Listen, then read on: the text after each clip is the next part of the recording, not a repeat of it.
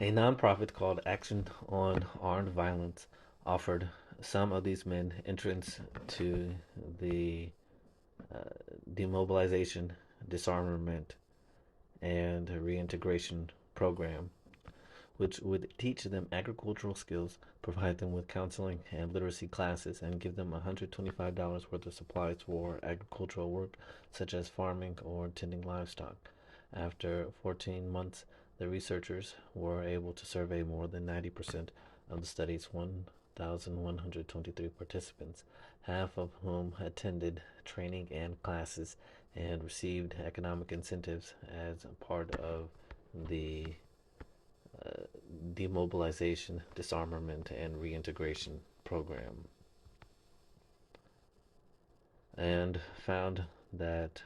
of those who went through the program, even the men most at risk for illegal activity and mercenary work remained interested in their new jobs. Overall, participants' involvement in criminal activity was reduced by about 20%, though none had completely abandoned their criminal activities by the end of the study. After taking on some agricultural work, the men made marginally more than those who didn't participate in the program, but a wage boost of as little as 40 cents a day was enough to entice the former soldiers to shift more time toward their new occupation and away from violence or other criminal activities, and the assurance that more earnings would arrive in the future was particularly effective in combating illegal activity. During the course of the program, the $125 worth of supplies was delayed for about one third of the participants, and they were told that instead they would later be sent cash to help them with their businesses. These men then had to choose whether they would stay put and collect their promised payment or leave to participate in illegal mining or violent activity elsewhere. Many chose to stay,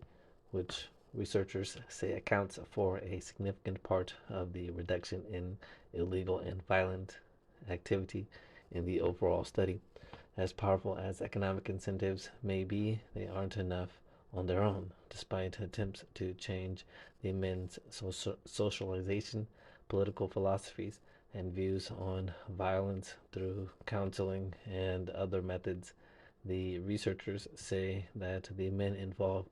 in the program largely retained contact with their old mercenary and criminal networks.